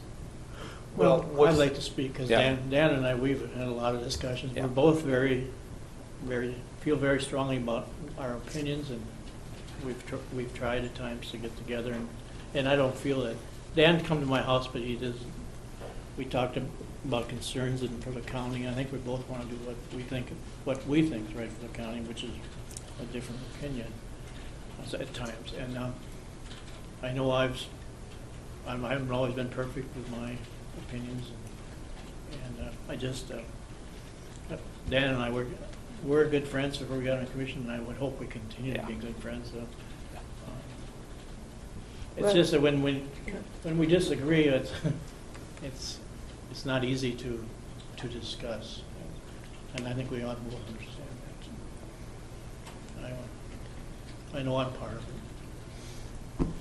I know you spoke to me last August that you were working with Dan on Yeah, we tried. resolving some we tried. issues. Tried to get together and something, and then. And you even met And with I the attorney. I even on met it. with them, the attorney and Justin in a meeting, and I thought we were doing good stuff there, and then that Good. just ended. But I just, after trying to come up with a compromise, thinking it over, I just couldn't get myself to have to go through another hearing. So I called Dan and said, I think we need to forget about this, because we don't want to go through this. I didn't want to have Dan to go through it, because I know he said we were having troubles with everything. And that's fine, I'm and that's sorry. your right, Dana, yeah. I that's just thought fine. that would be a Yep. total waste of your time Yep. and the county's time. And that's why I'm sorry I backed out. No, on that's that. fine, that's fine. And I That was still think about that all the time, but. That was your choice, and that's fine. Yeah. Commissioner Storley, do you have questions?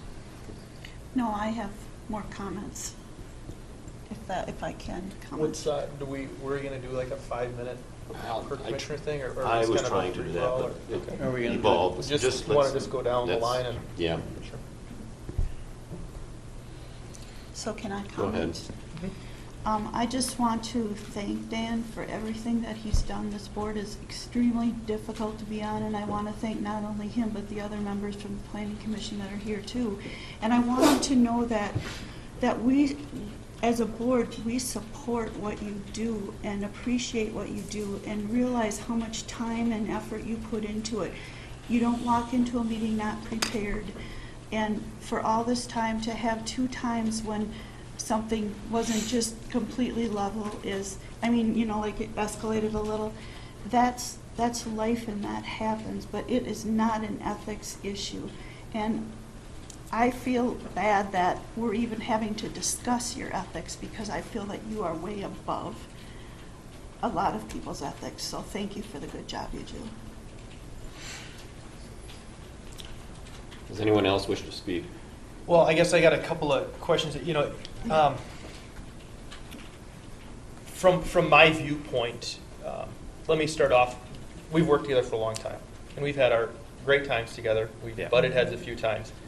You're an easygoing guy and easy to talk to, and whenever you have questions, you're always open, and I appreciate that.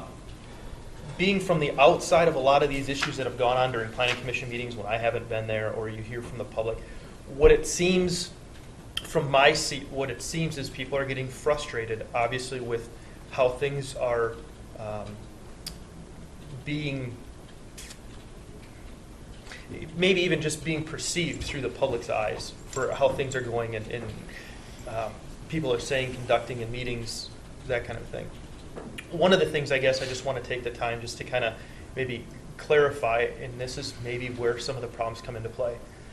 I know like a couple of times you say that, you know, the Planning Commission doesn't have the authority. The authority, you know, rests on the county board. We've had this discussion, and Attorney Yant was here I think last week or 2 weeks ago. We had talked about that. And that's not necessarily true. There's a lot of things that the enforcement goes through the Planning and Zoning Office. They will then get and investigate the complaint, and the complaint might go to the Board of Adjustments, who has final say, and it never even comes past this board. So we're not 100% the end person on this deal. So I think there's a lot of people say, hey, you're kind of passing the buck and don't want to deal with the enforcement issue. It's the board, we're passing it on. But in essence, there is a big part of the Planning Commission that is part of that. If a complaint comes through, goes to the Planning and Zoning Office, it'll go to you guys, who will recommend, and then go to the Planning and to the Board of Commissioners. So you do play a role in the enforcement issue. No, we don't. You do. And what I'm saying is, when it goes to the Planning and Zoning Office, Yes, they will investigate it. right. If it looks like it's frivolous or not, they may go to the Planning Commission. You guys might look at things, No. and you have some say. Where it's supposed to go from the zoning office is to the county board. No, it doesn't. Name one time that it's gone directly to the county board. It always goes through you for recommendation to come to us, or it'll go to the Board of Adjustments, and the Board of Adjustments then will recommend if this should be, you know, like, for instance, if somebody built a building and it was too close, just like what happened over by Brownsville. Okay, that but- never came to us. Right. That was there, and the Board of Adjustments said, okay, we'll Right. give you a variance. Right, but the Board So- of Adjustment is separate from the planning commission. That's right, but what I'm saying is, it doesn't always come to us, and I know you've said numerous times that it goes to the board, and the board, it's the board's deal. Or the But it's- zoning administrator. Or it goes to the. It could go to, could Yep, go to the Board of Adjustment. But it's not yeah. just us, but I think Yeah. there's a lot of it where it looks like it's just kind of passing the buck on. So, understand that that's Yeah. just where I think some people are Yeah. seeing. So Yeah. it's, Yeah. you know, and I understand, you guys, the planning, you know, the Planning Commission does not have final say. It's a Board of Yeah. Adjustment. So I understand where you're coming from. You don't have the final say. But from the public's eyes, it looks like the buck's getting passed. That's all I'm saying. Okay. That's maybe where some confusion's coming in. One of the other things that I think people are a little bit frustrated, you know, and I know I've heard from several people from the townships that had heard you've said this, you said it in the Planning Commission meetings, that MCIT will not cover the board or cover the county if we ban it. But according to the MCIT document, that's not true. It depends on what the lawsuit is, what the claim is, and all that kind of stuff. So I think there's some confusion, and people are saying, well, he's just trying to say that they won't cover it as a scare tactic because he's for fracking. So you understand why that viewpoint gets in, and you kind of get thrown into the pro side because of that. So just be aware that it's that. And then the other thing is, I know you had mentioned about soliciting to the townships, and that the townships, you know, you have the right to go to the townships and do that. That's true. They're your townships. You are a citizen. I think where a little bit of the confusion comes into play as well is, as a sitting member and as a chairman of the Planning and Zoning, there's going to be that gray area of, are you going there to talk about your neutral position that you're supposed to have as a Planning and Zoning member, or are you going there to persuade your views in order to slant it to get the townships to go to their commissioner? Okay. That's where I think the confusion Yeah, gets in. yeah, And I understand if you go there and you say, hey, there's a neutral party. But that, I think, is a big issue. And then therein lies the question of the ethics thing, where it's like, okay, now, you know, as an elected official, we have our viewpoints, and we express those viewpoints, and then the people of the community get to vote whether or not they support those viewpoints and want you to Now, represent. let me stop you right there, and let's talk. Hold on. Okay. So all I'm saying is for us to do that, we have an issue where, as an elected official, that's what we're supposed to do, is go around to our townships and do that. I think a lot of people are getting confused in the fact that you're not an elected official but only appointed. So then they're going, well, should he be going to there and soliciting? And I think that's where you get a lot of that confusion from. Does that make sense? Yeah, but let me just clarify that a little bit. Yep. Now, Push first the of wrong all, buttons. Can you hit power off? I did.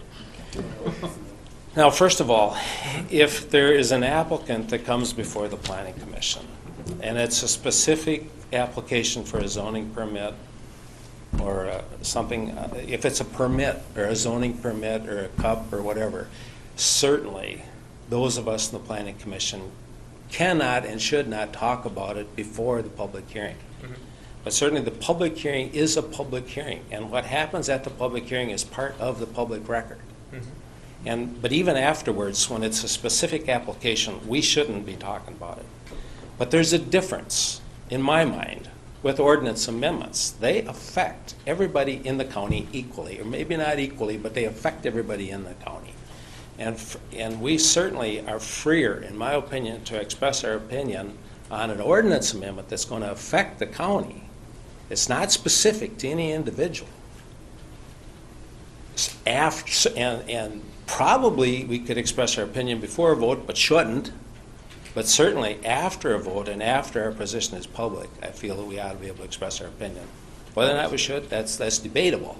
But I feel, we have the right to do that. But there is a difference between expressing your opinion on an ordinance amendment and expressing your opinion on a specific application. Right. And I think that's where maybe some of that gray area comes in, because that's a fine line too, when it's like, okay, well, I'm going to go there and tell a township, a group of township members, my view, I don't think it should be this way. I don't think it, because then people are saying, well, aren't you supposed to remain neutral? Why are you, and if you did come in and say, hey, here's the pros, here's the cons, the board's voting on it, great. But I think that's where it gets to be kind of a fine line of, if it sounds like you're skewing one way, people are going, well, hey, why is the planning commission chair pushing this direction? I think that's where the confusion gets into it. Mr. Demieski, could you last wrap thing. it up, please? Well, I've kind of exhausted your little allotment there. So just wrap it up. I appreciate that. There's a lot of questions. I want to make sure we're doing it right so that somebody's not getting accused of something they're not. So, due diligence. Last thing, too, is I think the consistency on the Planning Commission meetings have gotten to become in question a little bit in maybe another muddied water area. Dana and I talked about this. Actually, he had brought it up, which is kind of a good point. Back in March or February, the study committee had came up with a recommendation to the Planning Commission. The Planning Commission held the public hearing, and then during that public hearing, the Planning Commission altered and changed some of the language and then voted on it. And then at the last public hearing, there was some good discussion with some members of the Houston County Protectors that brought up their ordinance. There was some discussion about changes, and then it was said, well, we can't change this during the meeting. We have to vote on what was presented to us today. So then there's some confusion saying, well, how come you could change it here, but now we can't change it here? So, I think it's more just a muddied water thing, that there's some inconsistencies, there's some things that are said that maybe are being construed. So just so you understand where that is coming from. So. I would like to speak to this matter also. Part of what our planning, the study group, and what they recommended to the Planning and Zoning Board, this was a county committee with county people, sanctioned by the county, that went to the Planning and Zoning. You guys just gave that to them, where they were that was advice from you guys. They studied it and moved on. When you take an ordinance from the public, that's a totally different thing. It's the same way as if you have a house plan coming in. You don't try and alter that plan or a plat when it comes in at the meeting. It's done by the people bringing it. You're talking two totally different things, Justin. No, it's apples to apples, Judy. It doesn't matter who wrote it. The fact is, there's a public hearing. It's not apples to apples. The And public- don't shush me. You studied Judy, in on me. wow, unbelievable. What I'm saying is, you have an issue here where it doesn't matter who wrote it and brought it first. The issue was a public hearing is being held on an ordinance. Can that ordinance be changed during the public hearing and voted on it? And we had talked about that extensively last week, and the answer to that question is yes, you can, depending on what the change is. So it doesn't matter who brought it forward. The bottom line is, an ordinance has a public hearing. Can it be changed and voted on at the same meeting? Period. Okay, may I comment on it, Justin? So, and that's not I really know, anything I new, know. but I'm just saying Yeah, that we're was getting a off question. topic here a little bit. I'll just make one quick comment. that meeting went on for 4 hours and 15 minutes. Right. We discussed each paragraph, and there was issues with each paragraph. There's no way we could have amended that. And that was submitted by that group of citizens. I mean, that was their proposal. I didn't feel like it was the Planning Commission's job to take that proposal from those citizens and completely rework it and do it. This is what they submitted. Right. And we pointed out what we saw where the problems were. So that was just it. I mean, and it was 4 hours and 15 minutes long. I don't know how much longer. That was a long time. We could have stayed there, yeah. Well, and my only point is that's where I think we're getting this issue is that people are saying Dan is biased, this is unethical, he doesn't want to give the same courtesy that was to the first one, going to the townships, you know, soliciting. You see how that perfect storm comes about. Yeah, Now this I could see how it could be argued that way. Yeah. But, you know, in that 4 hours and 15 minutes, the opposition spoke for 35 minutes, and the other people spoke for over 3 hours. I mean, there was ample opportunity to rebut what the miners said, ample opportunity to present their case, and that public hearing was supposed to be about the language in the proposal. But we spent the first hour and 15 minutes on background information that wasn't specific to the language, and I allowed that. That's one of the reasons that meeting went 4 hours and 15 minutes. A lot of that talk about pension fund investments, about ExxonMobil, about solar panel farms in Texas. I didn't see how that actually applied to the language we had to make a decision on here tonight in the comments. Yeah. But obviously that's how we Yeah, get I this. do. I understand what you're saying. And I know there was a gentleman that spoke a long time that was a former mayor of Red Wing. That was also a lobbyist for the frac sand well in office and had to step down, and he was getting a lot of time to talk. Yes. So I'm just saying, you get people are saying, well, yes. why is Yeah. Dan giving him all this time? Okay, He's let's on talk this side. about that And a you see second. where Let's- that ethics right, question comes right, into play. Right. That's a legitimate complaint, but legitimate issue, not a complaint. But anyway, I did not know who that individual was until the break. I did not call him. Nobody on the Planning Commission brought him in. Right.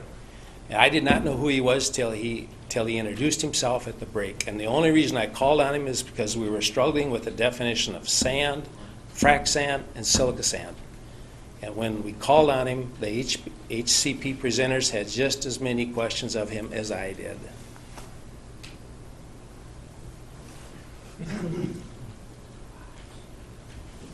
Does anyone else have any questions? I would like to talk to Sure, you tell me. once more Yeah. on that. The thing about this formula around the townships, Yeah. and mainly like just in my district, and I had phone calls from people and said, do you know what Dan is doing behind your back? I said, I have no idea. So he went, and that's where the thing come that you were going to the townships. And they were all my townships. And if you say you didn't do it, I believe you, Dan. I didn't. I went to two. That was it. That form letters is totally wrecked my association with any township. Township members don't want to talk to me now because of my vote on the banning frac sand. And that's why you can see, the ethics part. Yeah. But I'd like to. I mean, I see it that as some- form letter was yeah. totally misguided. It should never have been. Why would you do Well, that? And then I no. don't mean why would you do it? Yeah, Why would anybody? yeah. But I don't think the fact that it was a form letter is the issue. The issue is you couldn't walk into a township meeting and say, hey, fellas or ladies, sign this. Those people would read whatever it is, agree with it, and sign it. The form letter is immaterial, in my opinion. What's important is that they did sign that. That's what they believe. But it only depends on who presented it because I could go in somewhere and convince anybody of anything if they don't hear the other side of it. That's where I think Dana is getting at is if you go to a township, you could say, well, here's both sides, but this side's a better side. You want to go with this side. As a the chairman, you have a lot of weight if the chairman says it should go this way. So I understand you have the freedom of speech and they can write, but then the question comes into play. If it's only a one-sided subject, how do they know the other side of the information? I would give the township officials more credit than that. I don't someone can just walk in and convince them of something. And you only went to two there's a lot of meetings. examples in history where somebody's come in and well, I'm not going to bring up World War II, but we can do that where somebody gets in and you get the perfect storm. It can happen. That's what I'm saying. There are times and situations, and that's the question is, were they signed because they were persuaded to, or were they signed on a legitimate deal? That's the question. I think is All I can tell you is I didn't hand them out. Nothing was signed when I was there. Yeah. That's right. That's all I need to know. Yep. We move forward. Okay. In my opinion, we seem to have a breakdown in communications and processes, which has led to distrust by citizens, employees, and appointees. And our processes are also being challenged. And how do we move forward on this? We can't simply discharge individuals for what they interpret as doing their job to the best of their ability. I believe we need training at every level to provide effective communication and listening skills. That's, I think, every department in this place, even every level.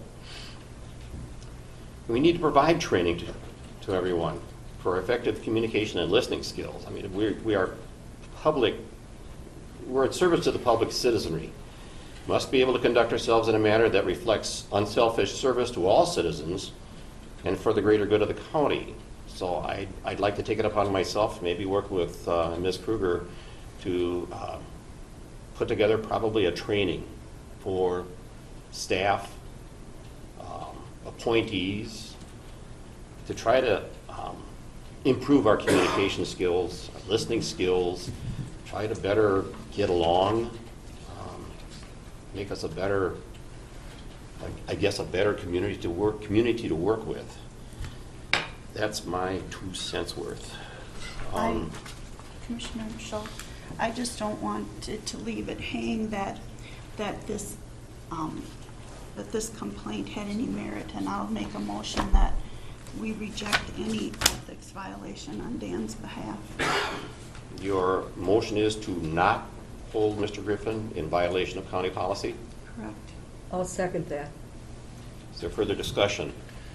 No, I guess the only thing that, there's obviously some things that, like Steve had mentioned, I think breakdowns in communications, just issues like that. I know the Spring Grove Herald, I think, had quoted you, Dan, just making a comment about, contact Dana, things that could be construed as being impartial. And I guess my question, or my comment then would be, going forward, do I see anything blatant?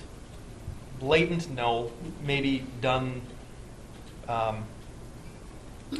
not by mistake, but without, the thought of it having adverse repercussions. Just being more cognizant in the future that, the impartiality is, show a little bit more impartiality will make life easier. I think you've done a good job as far as how you've done things with the board and tried to remain that way. There are some things that I see that maybe have not been so much in that way. And like I said before, I think that's where the confusion gets in, is when it starts to look like you're not impartial, people on the other side start kicking and screaming. And I know you're aware of that. The motion is Mr. Griffin is not held in violation of county policy. All of those in favor of the motion state yes. Yes. Yes. Those opposed, no. I'm gonna say no, not because of that, but just because I have some things that I do believe are looking to be a certain way that should be done. But very good. Okay. Thank you, Mr. Griffin. Thank you, Dan. Thank you. Appreciate it. Thanks to the rest of the planning and zoning committee also. Is there any further business to come before this meeting? Yes. I thought I should have, during the comment time, come to me, I didn't have my thoughts together. We are going to have openings in the planning and zoning Yes. commission, and we need to come up Correct. with it. There was some people have asked, would like to a chance to be put an application on planning and zoning. Do we So have a far, I think all we're process? doing is taking names, and we should probably, Do they- okay, they we should come- probably be getting applications or something that shows their qualifications. And Ms. Kruger is here. As far as your office goes, I know last time application forms for those parties interested come through your office, just so we have a record of interested Only, parties.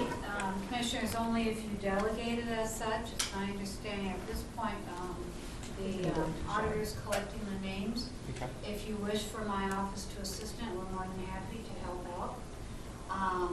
What I would suggest, either way, is a submission of a letter of interest with a brief statement as to that would support their qualifications or why they're interested. A formal application probably is not necessary. We could also, but I am happy to assist in setting up the interviews. Work with a commissioner or two commissioners on drafting questions and to assist in the process. Deadlines, I suppose we should have something for a deadline for, I think it says December parties. 1st in our ordinance and our Yeah, I believe you're right. policy. It's something about December Shar, 1st. has it been published in the paper? We do not publish. We don't publish. For committees. Okay. We never have. I have a couple of names, I'll have them submit to you also. Okay. Yeah, okay. And I think maybe we should have some direction from HR. Yeah, and I think Some- we got to do something, so at least, well, and I'm sure public meetings, and I'm more than confident this will get into the newspapers, just so people understand that by December 1st, if you are interested, you know, show your interest to the county auditor's office, and then by December 1st, and then we will have, if there's more than one applicant, I would assume we will have interviews to just kind of go through that first part of December, so we can have an appointment in January. Okay, Correct? Very good. sounds good. Is that I can forward to maybe the personnel committee the questions that were used last time for tweaking for further in, or if you would like to forward to me questions you would like to be considered, and I can tweak them if you will, collect where there's common questions, write something up for the board, and set up interviews that would 30-40-minute interviews per individual. And Think that's appropriate? Better than drawing a name out of a hat. You know. Please let me know what Right, if you would assist, that would be great. Because it does not normally come under the purview of the HR office. Mhm. More than happy to do it, it's just not Yeah. where it's normally. We'll need some kind of guidance, though. We're very happy with Okay. those services like these. Very good. Is there openings on the Board of Adjustment coming up at this time? No. I have no idea. Yeah, we'll check the list and. Mhm. Is there any further business to come before this meeting? If not, I would entertain a motion to adjourn. Motion to adjourn. Second. Discussion? All in favor say aye. Aye. And opposed nay. We are adjourned.